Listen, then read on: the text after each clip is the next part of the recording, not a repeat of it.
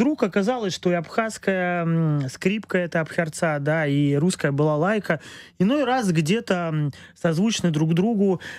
Плюс вот тоже в кругу нашего общения появился и великолепный, просто невероятной красоты горловский хор. Это дети, которым было по 5-6 лет, когда началась война на Донбассе в 2014 году. И за 10 лет регент Ольга Ильчук из них вырастила действительно тоже звезд мирового масштаба.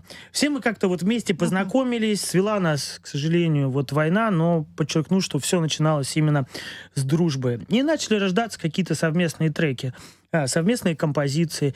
И мы понимаем, что, с одной стороны, все очень разные, да, каждый двигается в своем жанре. Если народная музыка, оркестр, это, естественно, вот свой формат, церковный хор, свой формат. Ребята играют вот рок-н-ролл Гера, играют авангардный джаз.